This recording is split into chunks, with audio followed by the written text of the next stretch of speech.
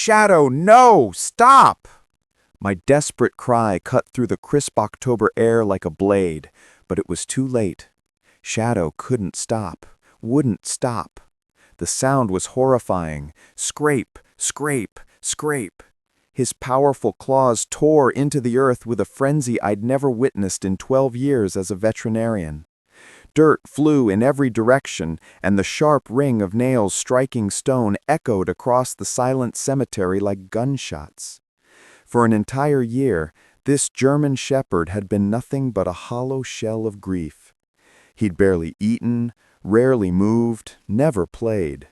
The vibrant, intelligent dog my father had rescued had disappeared the day we buried Dad. But now, somehow, Shadow was unleashing a strength that defied explanation. "That dog has lost his mind," my sister Linda gasped, stepping back as soil scattered across her black dress shoes. Our entire family had gathered for Dad's one-year memorial service. Instead of quiet remembrance, we were witnessing what looked like pure madness. But as I stared into Shadow's eyes, I saw something that stopped my heart cold. This wasn't madness. This was purpose. Shadow's breathing was ragged, his whole body trembling with exertion, sweat soaking his fur despite the cool morning air. Blood began to seep from his torn claws, but he didn't even pause. The desperate intensity in his brown eyes spoke of a mission that went far beyond anything I could understand. "Please, boy," I whispered, my voice breaking, "please stop." But Shadow only whined low in his throat and dug deeper, more frantically than before. It was as if he could sense something beneath that carefully tended grave, something that called to him with an urgency no human could comprehend. That's when I heard it. Clunk. Shadow's claw struck something solid, something that shouldn't have been there. The dog froze instantly. For one heartbeat, the cemetery fell completely silent. Then Shadow peered into the hole he'd created and began to howl, a sound unlike anything I'd heard in the year since Dad's funeral. It was a cry that held desperation, longing, and an almost human plea for understanding. My hands shaking, I knelt beside the hole and looked down into the darkness. There, gleaming white against the black earth, was something that made my blood run cold. "What is that?" Tom whispered beside me. Shadow continued his mournful cry, his entire body vibrating with an emotion so intense it seemed to fill the air around us. For the first time in 12 months, he was truly alive. But why? What had he found? And then my father's words echoed in my memory, spoken just days before his death. "That dog is special, Michael. He sees things others can't see. When the time comes, he'll know what to do." What had Shadow discovered beneath my father's grave? What secret had been buried there, waiting for a faithful dog's determination to bring it into the light? The answer would change everything I thought I knew about love, loss, and the mysterious bonds that connect us even beyond death itself.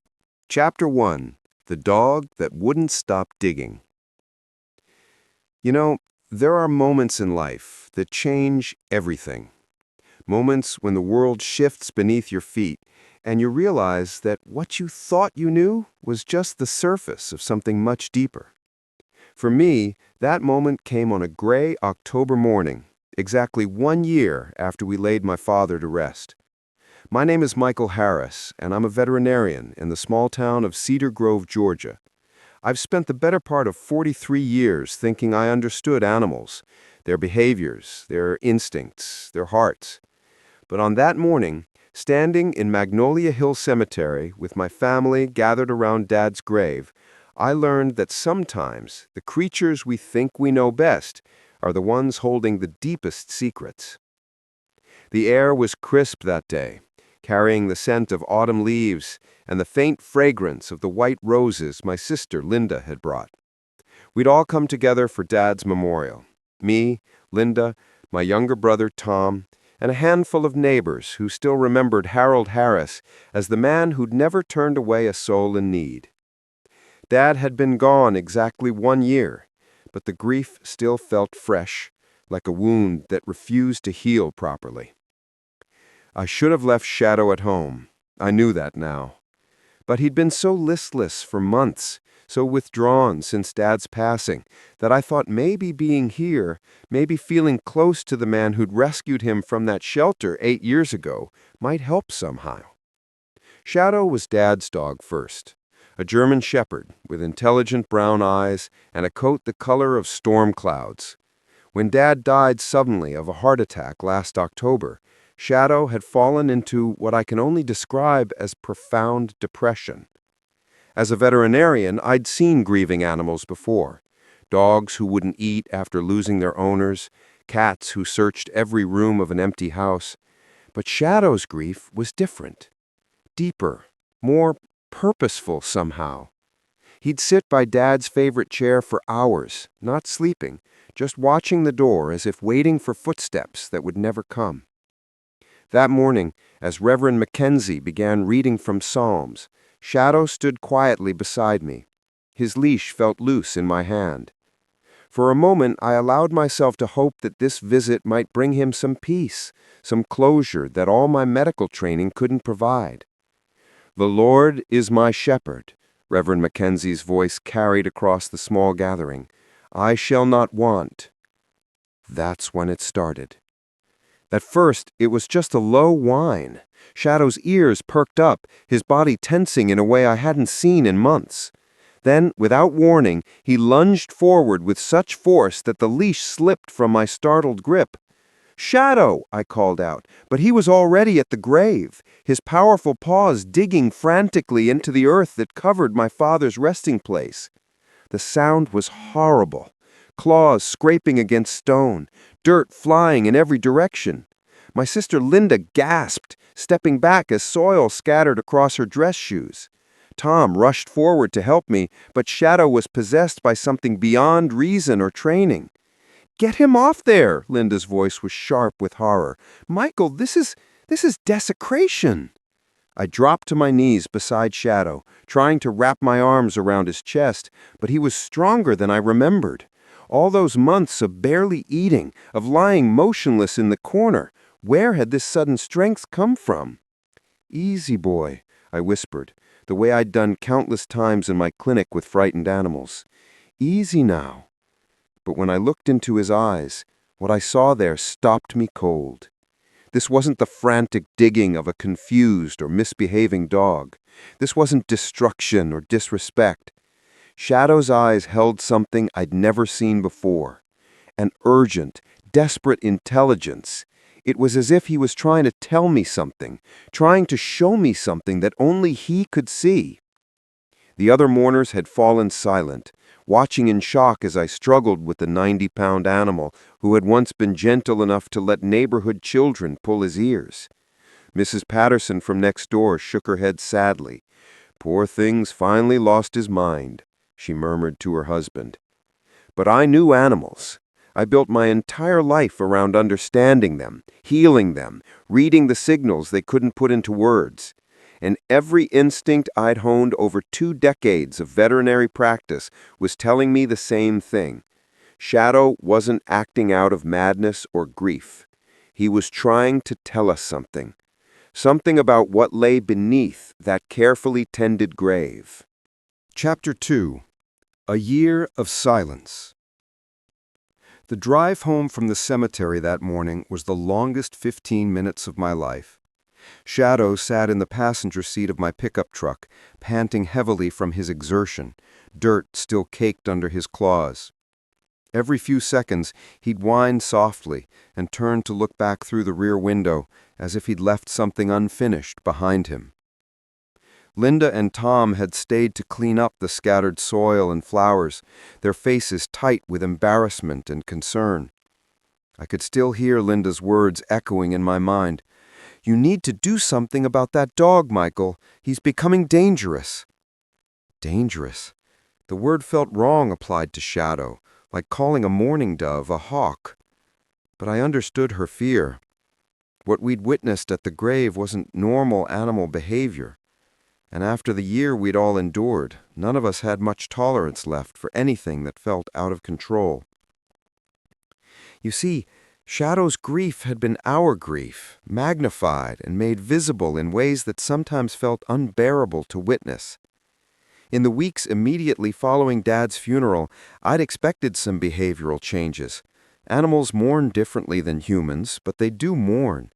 I've seen it countless times in my practice. The dog who won't leave his owner's hospital bed, the cat who searches the house calling for someone who'll never answer. But Shadow's response to losing Dad went beyond anything I'd encountered professionally or personally. It started with the food. Dad had always been the one to fill Shadow's bowl each morning, a ritual they'd shared since the day Dad brought him from the county shelter. "This one's been waiting for the right person," the shelter volunteer had told Dad. "He's been here 8 months, won't warm up to anybody, but look at how he's looking at you." After the funeral, Shadow simply stopped eating. Not the gradual loss of appetite you might expect from a grieving pet, but a complete refusal that had me forcing nutrition down his throat with a syringe after the 3rd day. Even then, he'd only accept enough to survive, never enough to thrive. The veterinarian in me ran every test imaginable: blood work, x-rays, ultrasounds, searching for some hidden illness that might explain his behavior. Dr. Patricia Chen, my colleague at the regional animal hospital, spent hours examining Shadow with the patience of a saint. "Physically, he's as healthy as a horse," she'd told me after his 2nd round of comprehensive testing. "Michael, you know what this is. Sometimes grief is just grief. Time is the only medicine." But time seemed to make things worse, not better. Shadow stopped playing, stopped responding to his name, stopped doing any of the things that had once brought him joy. He'd lie in the corner of my living room for hours, positioned so he could see both the front door and Dad's old recliner, as if he'd kept vigil for a return that would never come. The nights were the hardest. I'd wake to the sound of Shadow padding through the house, his nails clicking against the hardwood floors as he moved from room to room. Sometimes I'd find him sitting in Dad's bedroom doorway, just staring into the darkness of a space that still smelled it faintly of Old Spice aftershave and the peppermints Dad always kept on his nightstand. I tried everything: new toys, different foods, even bringing him to the clinic with me so he wouldn't be alone all day. Other dogs would approach him during his visits, tails wagging with friendly curiosity, but Shadow would simply lie down and turn his head away, as if he'd forgotten how to be a dog.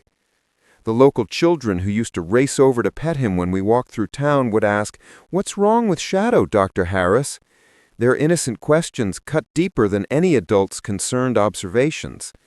How do you explain to a 7-year-old that sometimes love hurts so much it steals your voice?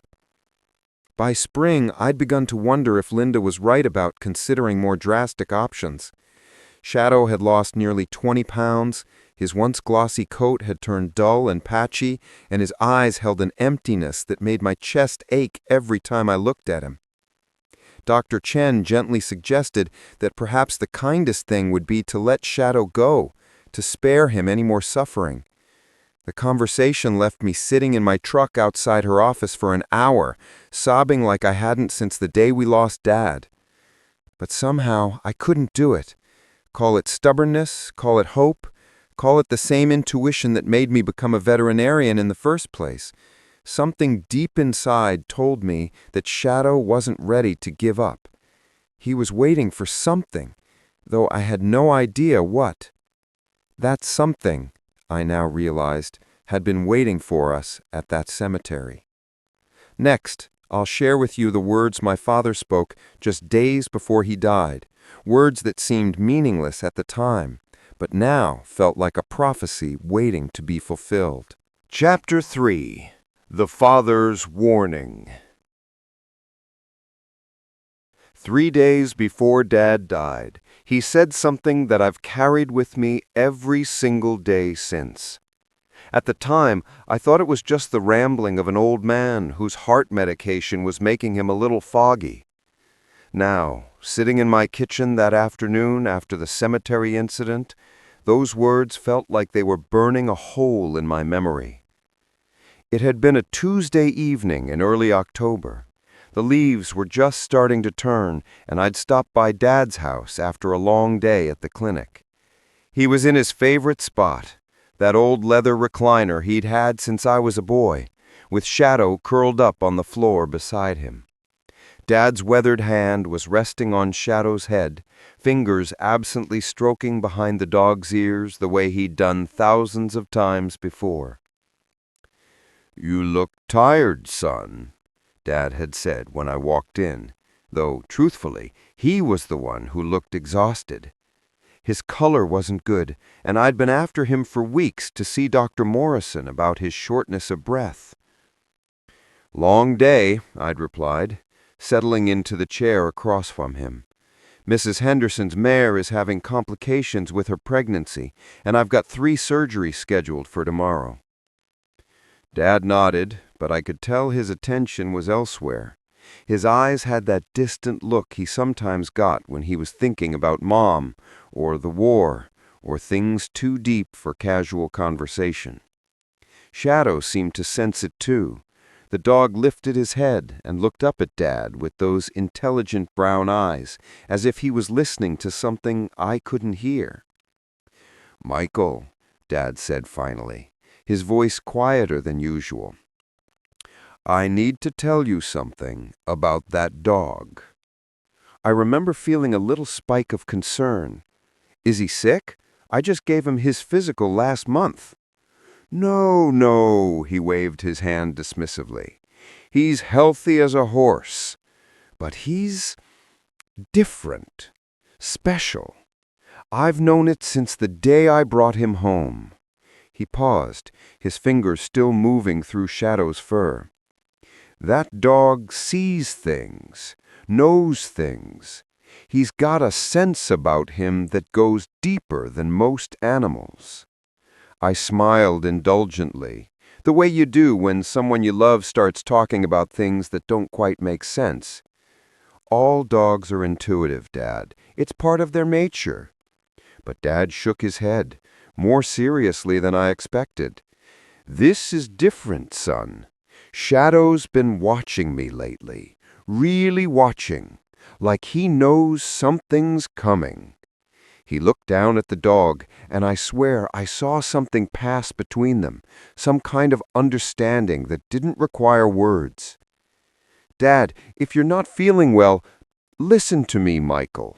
His voice carried that tone of authority I remembered from childhood, the one that meant he wasn't going to be argued with. "When my time comes, and don't you start protesting, we both know I'm not getting any younger. Shadow's going to know it. He'll know before any of us do. And when that time comes—" Dad paused, his eyes meeting mine with startling intensity. "That dog is more than a pet. He'll know when the time comes to set things right." The words had given me chills then, and they were giving me chills now as I sat at my kitchen table watching Shadow pace restlessly by the back door. Set things right. What had Dad meant by that? The conversation had been interrupted by Linda calling to check on Dad, and by the time I hung up the phone, Dad had dozed off in his chair. Shadow remained alert beside him, those dark eyes fixed on Dad's face with a vigilance that seemed almost protective.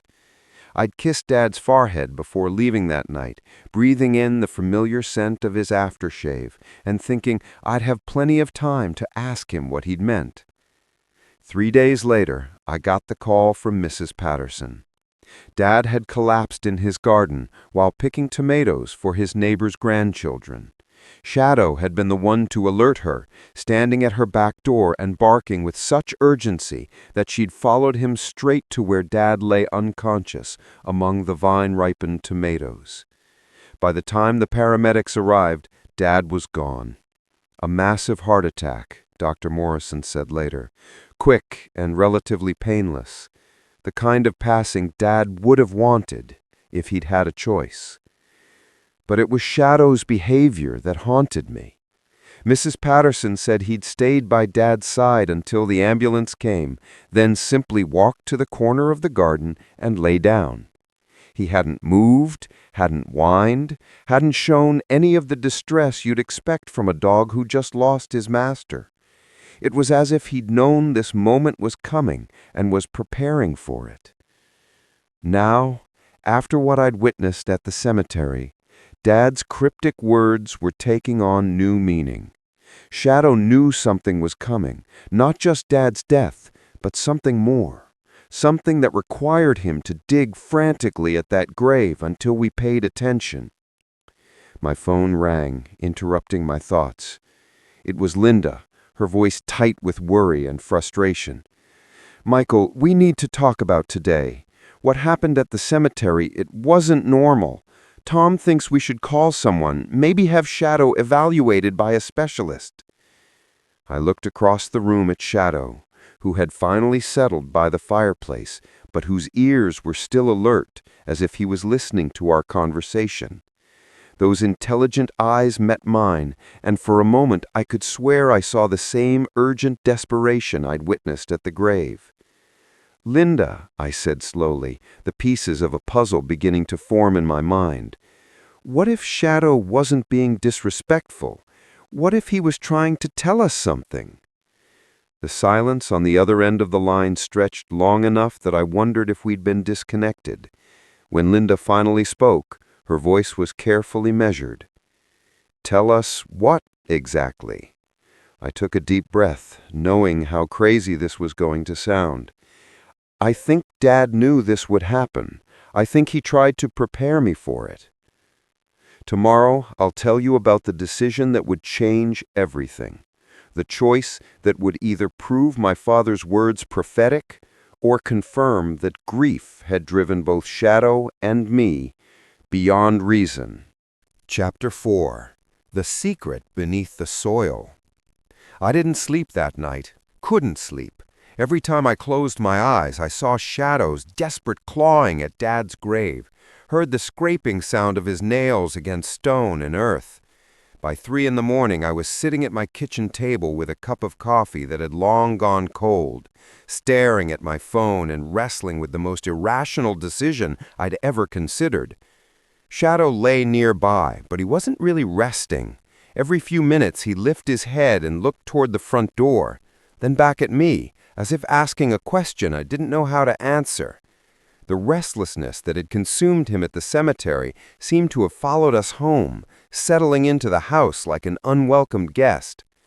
At sunrise, I made the call that would either vindicate my father's mysterious words or mark me as the grief-stricken son who'd finally lost his grip on reality. "Jimmy, it's Michael Harris.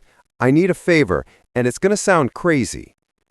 Jimmy Morrison, no relation to our family doctor, ran a small excavation company that had done work around Cedar Grove for 30 years. He'd known Dad since they were boys, had served as a pallbearer at the funeral. If anyone might understand, it would be Jimmy. "What can I do for you, Michael?" I took a deep breath, knowing how this would sound. "I need you to help me dig up a section of Dad's grave." The silence stretched so long I thought the call had dropped. When Jimmy finally spoke, his voice was careful, gentle. "Son, I know this year's been hard on you. Maybe you should talk to someone." "Jimmy, please, just listen." I found myself pacing the kitchen, Shadow's eyes following my every movement. Something's buried there that shouldn't be. Shadow knows it, and somehow Dad knew it too. I can't explain it better than that, but I'm asking you to trust me. Another long pause. "Michael, what you're talking about, there are laws, procedures. You can't just—" "I know what I'm asking." "But I also know that dog, and I knew my father. They're trying to tell me something, Jimmy. I feel it in my bones." What convinced him, I'll never know. Maybe it was the raw honesty in my voice, or maybe Jimmy had his own memories of strange intuitions that turned out to be true. After what felt like an eternity, he sighed deeply. "If we do this, and I'm saying if, we do it quietly, dawn, before anyone's around. And if we find nothing but your father's casket where it should be, you agree to talk to Dr. Chen about getting some help. Deal? Deal. The next morning felt surreal, like I was living someone else's life. Jimmy arrived with his smallest excavator just as the sun was painting the cemetery headstones in shades of gold and amber. Shadow sat perfectly still in my truck, watching through the windscreen as Jimmy carefully positioned his equipment. "You sure about this, Michael?" Jimmy asked one last time, his weathered hands gripping the excavator's controls. I looked at Shadow, whose tail had begun to wag for the first time in months. His eyes were bright with anticipation, focused intently on the spot he'd been digging the day before. "I'm sure." The work was painstakingly slow. Jimmy was an artist with that machine, removing earth layer by careful layer, stopping frequently to check our progress. I stood beside the growing excavation, my heart hammering against my ribs, half expecting to find nothing but the smooth bronze of Dad's casket. But 20 minutes into the dig, Jimmy's excavator struck something that shouldn't have been there. "Hold on," he called, shutting off the engine. The sudden silence felt deafening. "There's something here, something small." We climbed down into the shallow excavation, and there, nestled against the side of Dad's casket, like a secret whispered in the dark, was a small ceramic urn. It was simple, cream-colored, about the size of a coffee canister. Someone had placed it there deliberately, carefully, with a tenderness that spoke of love rather than malice. My hands trembled as I lifted it from its resting place. The urn was heavier than I expected, and around its middle a brass nameplate had been affixed with meticulous care. "Sarah Coleman," I read out loud, my voice barely above a whisper. 1995 to 2021. Jimmy let out a low whistle. "Well, I'll be damned. Your dog was right." I turned to look at Shadow, still sitting in the truck, and even from that distance I could see the change in him. His posture was different, alert but calm, like a soldier who'd completed a long and difficult mission. For the first time since Dad's funeral, he looked peaceful. "Jimmy," I said, still staring at the name on the urn, "do you recognize this name? Sarah Coleman?" He shook his head slowly. "Can't say I do. But someone loved her enough to want her close to your father. Question is, who and why?" As if in answer to his question, my phone rang. The caller ID showed a number I didn't recognize, but something made me answer it anyway. "Mr. Harris?" "Yes?" The voice on the other end was elderly, female, and shaking with emotion. "My name is Mrs. Langley. I used to care for your father. I heard about what happened at the cemetery yesterday, and I think we need to talk." Next, I'll share with you Mrs. Langley's story, a tale of love, loss, and a promise made in the final moments of a dying man's life. Chapter 5, The Caretaker's Confession. An hour later, I sat in my truck outside a modest white house on Elm Street, the urn containing Sarah Coleman's remains resting carefully in my lap. Mrs. Eleanor Langley lived in one of those homes that spoke of a lifetime of careful tending. Flower boxes beneath every window, a porch swing that had seen countless summer evenings, and a garden that managed to look both wild and perfectly maintained. I'd known Mrs. Langley by sight for years. She was the kind of woman Cedar Grove was built on. Quiet, dignified, always ready with a casserole when someone was hurting. She'd cared for Dad during his final weeks, coming by 3 times a week to check his blood pressure and make sure he was taking his medications properly. After the funeral, she'd simply disappeared from our lives, the way caregivers often do when their purpose is fulfilled. Now, as I knocked on her door, I realized how little I actually knew about the woman who'd spent Dad's last months making sure he was comfortable.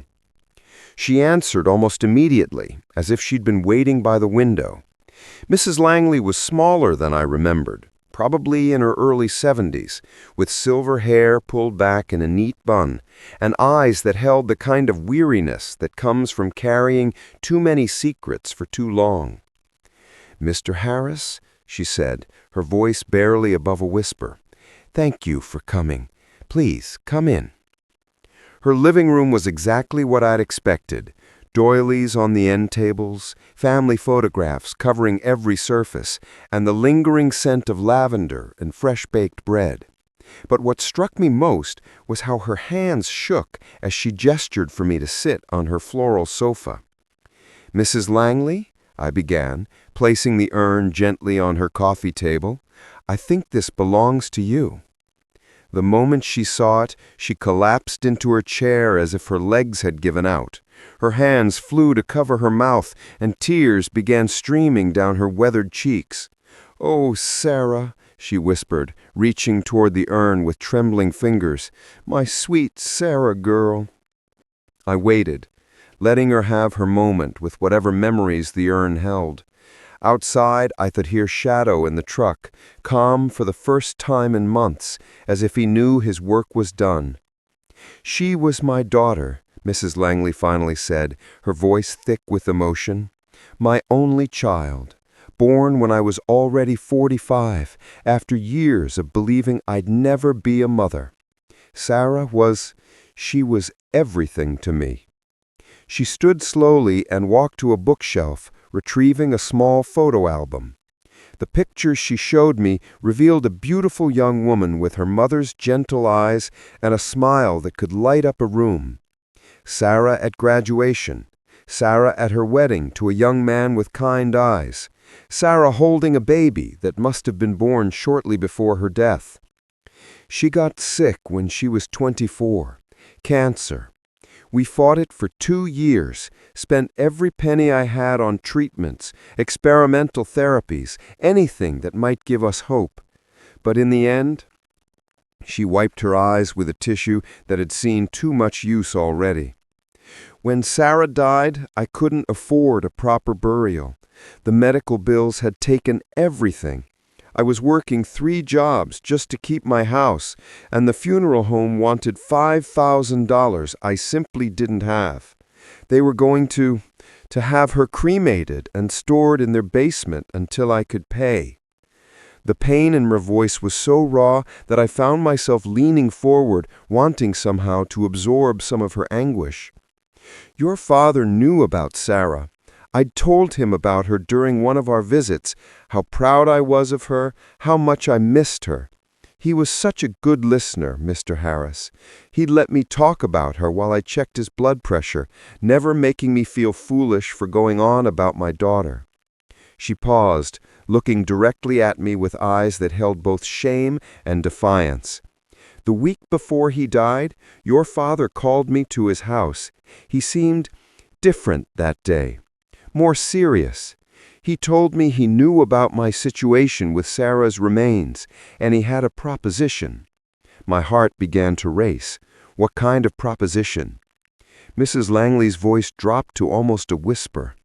"He said that when his time came, and he seemed to know it was coming soon, I could lay Sarah to rest beside him.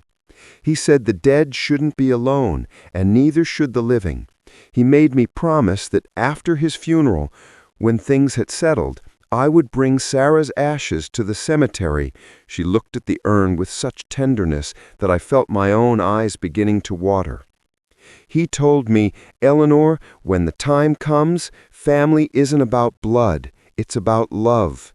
Sarah deserves to rest in peace, and you deserve to visit her grave. So I did what he asked.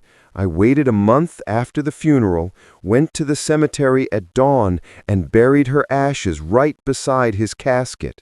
I thought no one would ever know." She looked up at me, fear written across her features. "Are you going to have me arrested, Mr. Harris? I know what I did was wrong, but I couldn't bear the thought of Sarah sitting in some funeral home basement forever." I reached across the coffee table and took her weathered hands in mine. "Mrs. Langley, My father made you a promise, and you kept your end of it. Shadow just made sure we kept ours. Tomorrow, I'll tell you about the family meeting that would test everything we believed about love, forgiveness, and what it truly means to honor the dead. Chapter 6. A Family Divided. The emergency family meeting I called for that evening at Linda's house was one of the most difficult conversations of my life.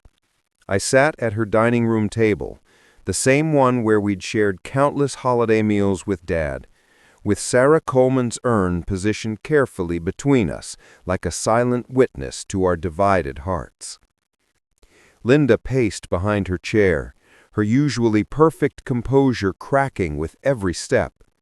Tom sat across from me, his face cycling through disbelief, anger, and something that might have been grudging admiration for Dad's secret compassion. Shadow lay quietly by the front door, as if he understood that his part in this story was complete, and now it was up to us humans to figure out what came next. "Let me make sure I understand this correctly," Linda said, her voice tight with controlled fury. "Our father, without consulting any of us, promised some woman that she could bury her daughter's remains in his grave, and you just dug them up without asking anyone's permission?" "Linda, don't Linda me, Michael." She stopped pacing and fixed me with the same stern look she'd used when we were children and I'd done something particularly reckless. "Do you have any idea what we could be facing legally? What if the cemetery finds out? What if Mrs. Coleman's family objects? What if—" Sarah. Her name was Sarah, and Mrs. Langley is her family, her only family. Tom leaned forward, his elbows on the table. "Michael, I understand you're trying to honor what Dad wanted, but this is someone else's child, someone we don't even know."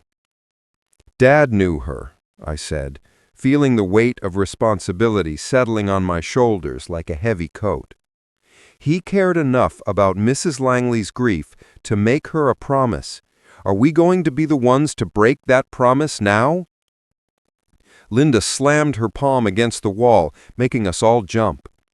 "It's not about the promise, Michael. It's about the law. It's about respecting our father's actual burial site. It's about—" Her voice cracked, and I saw tears she'd been holding back finally spill over. "It's about the fact that I can't even visit Dad's grave now without wondering who else might be buried there without our knowledge." The pain in her voice hit me like a physical blow. I'd been so focused on honoring Dad's wishes and helping Mrs. Langley that I hadn't fully considered how this revelation might affect my siblings' own grief process. Tom reached across the table and touched the urn gently. "Tell me about her, about Sarah." So I did. I told them about the photographs Mrs. Langley had shown me, about Sarah's battle with cancer, about a mother who'd worked 3 jobs trying to save her daughter's life. I described the quiet dignity in Mrs. Langley's grief and the way her face had lit up when she spoke about Sarah's laugh, her dreams of becoming a teacher, the grandchild she'd never gotten to watch grow up. She was 26, the same age Linda was when she had Emma. Can you imagine losing your child and not even being able to afford a proper burial? She sank into her chair, her anger deflating into something more complex. "That's not the point, Michael. The point is that Dad saw a mother in pain and tried to help, the same way he helped everyone else in this town for 73 years. "But what about us?" Linda said. "What about our feelings, our right to know who's sharing our father's final resting place? What about the fact that every time I visit his grave from now on, I'll be thinking about this stranger instead of Dad?"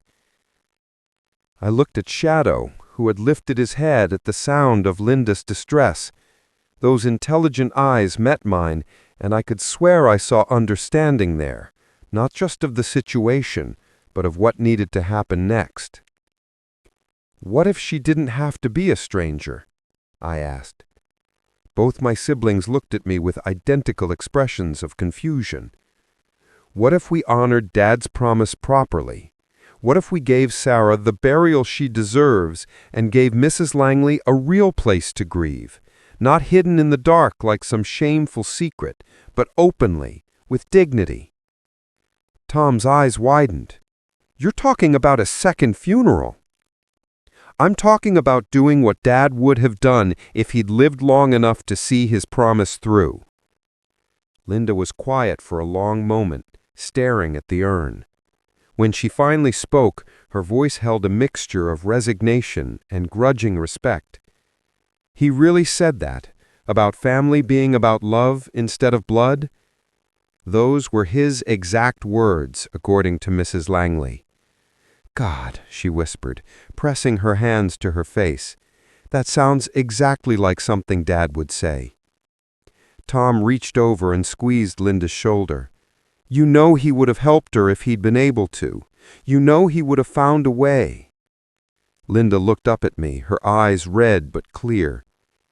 If we do this, and I'm not saying yes yet, but if we do this, we do it right. No more secrets, no more midnight burials. If Sarah Coleman is going to rest near our father, then she's going to be welcomed properly. I felt something tight in my chest begin to loosen for the first time since Dad's death. Are you saying? I'm saying, Linda said, reaching across the table to touch the urn with one finger. Maybe it's time we met Sarah properly. And maybe it's time Mrs. Langley learned what it feels like to have a real family again. Shadow's tail began to wag against the hardwood floor, a sound that had become as precious as music to my ears. Next, I'll tell you about the ceremony that brought our fractured family together, and how a stranger's ashes taught us the true meaning of love that transcends the boundaries of blood and death. Chapter 7. Laying the Lost to Rest. 3 days later, on a crisp November morning, when the last autumn leaves clung stubbornly to the oak tree surrounding Magnolia Hills Cemetery, we gathered to give Sarah Coleman the burial she deserved. It wasn't a large group, just our family, Mrs. Langley, Reverend Mackenzie, and Jimmy Morrison, who had quietly arranged for a small plot adjacent to Dad's grave without asking any questions about the unusual circumstances. I'll never forget the way Mrs. Langley looked that morning. She wore a simple black dress that had probably been her best for decades and carried a small bouquet of white chrysanthemums, Sarah's favorite flowers, she told us. Her hands shook as she held them, but her spine was straight with a dignity that spoke of a woman finally able to grieve openly after months of carrying her loss in secret.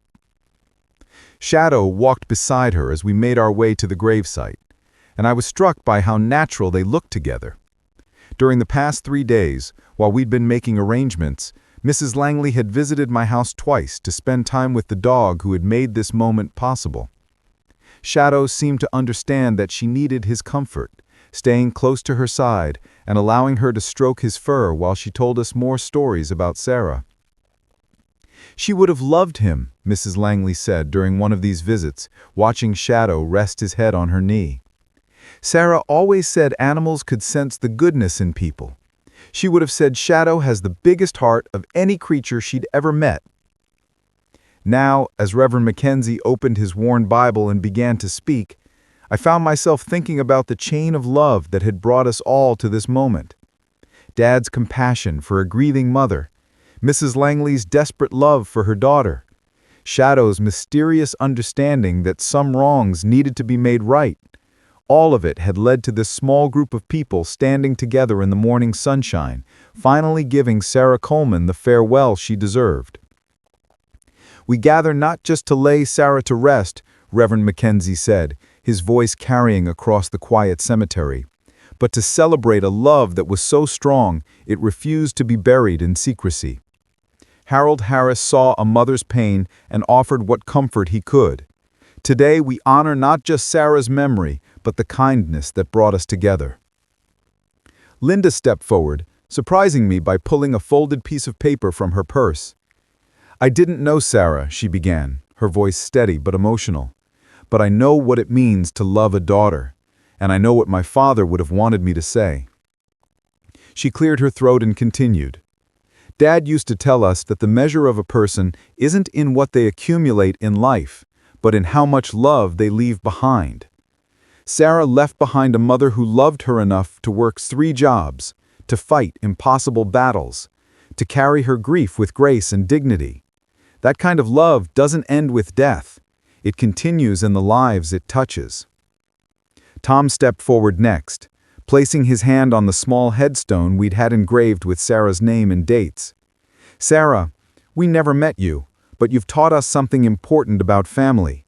You've shown us that love doesn't require blood, and that sometimes the most meaningful connections happen between strangers who recognize their shared humanity.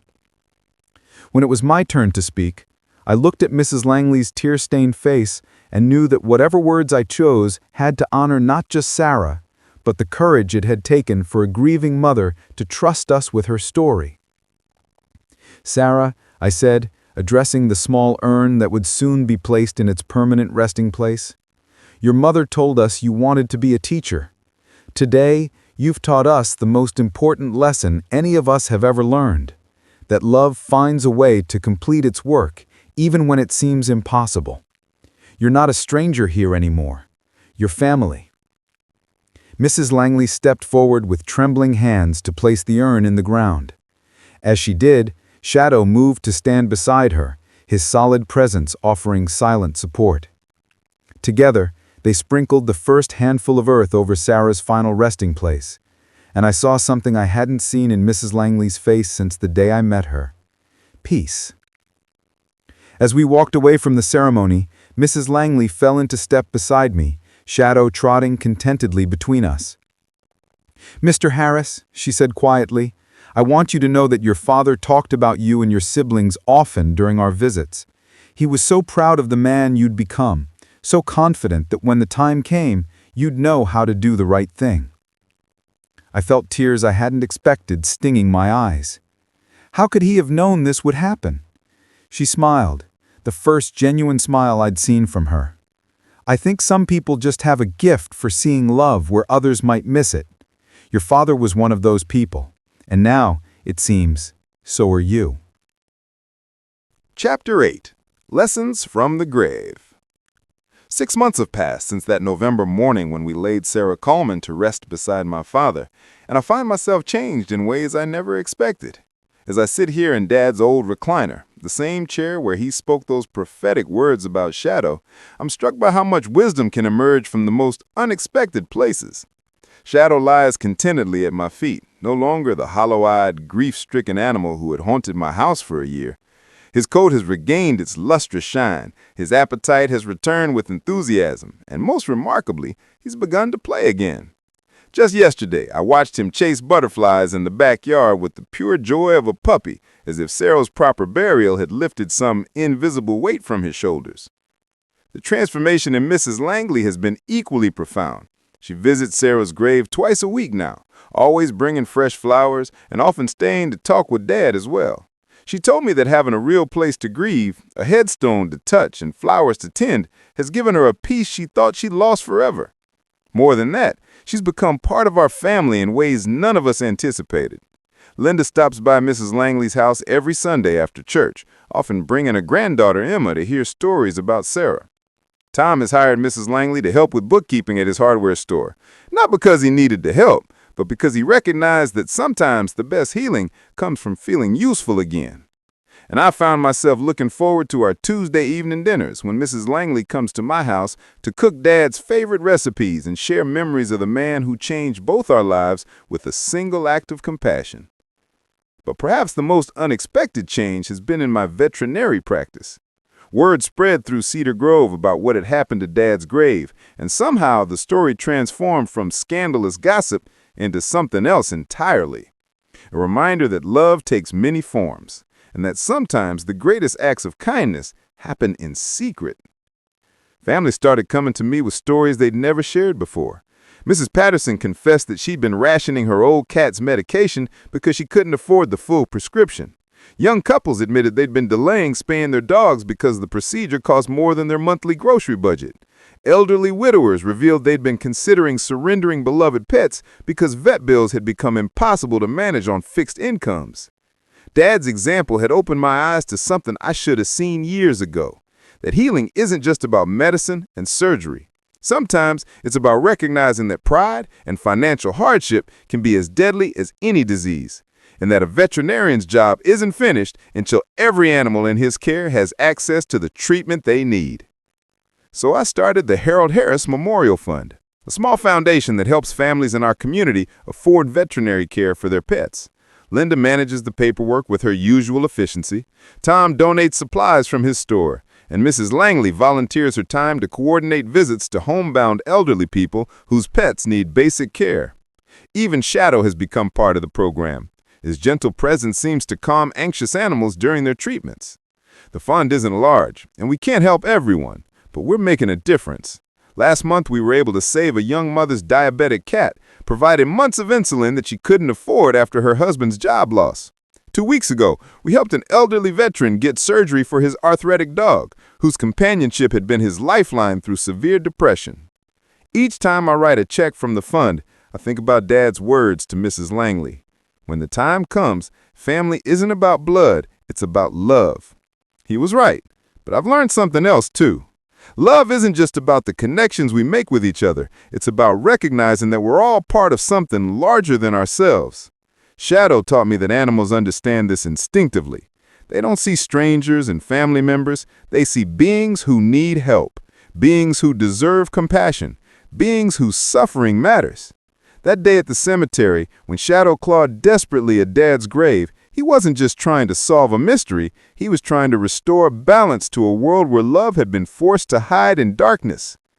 I've learned that grief isn't something to be fixed or cured, it's something to be honored and transformed. Mrs. Langley's grief for Sarah didn't disappear when we gave her daughter a proper burial. Instead, it became something beautiful, a driving force that now helps other families in our community. My grief for Dad has similarly evolved, becoming not just sadness for what I've lost, but gratitude for the lessons he continues to teach me. Sometimes I wonder if Dad somehow knew that Shadow would lead us to Sarah, that his simple act of compassion would ripple outward to touch dozens of other lives. Maybe that's what he meant when he said Shadow would know when the time comes to set things right. Maybe the time isn't just about one moment of revelation, but a lifetime of small acts of love that honor the connections between all living beings. As I finish writing this story, Shadow lifts his head and looks toward the door. Mrs. Langley is coming for dinner, carrying flowers from her garden and stories from her week. Tomorrow, I'll visit Sarah's grave with fresh flowers of my own, and I'll tell both her and Dad about the family we helped today, the animal we saved, the love we passed forward. Because that's what I've learned from all this. Love leaves signs even when words fail, and sometimes the most important messages come from the most unexpected messengers. In Shadow's desperate digging and Mrs. Langley's secret grief and Dad's quiet promise, I found the truth that has guided my life ever since. We are all connected by invisible threads of compassion, and when we honor those connections, miracles happen. Thank you for joining me on this journey. May you always listen for the messages that love is trying to send you, and may you have the courage to dig a little deeper when something in your heart tells you there's more to the story than meets the eye.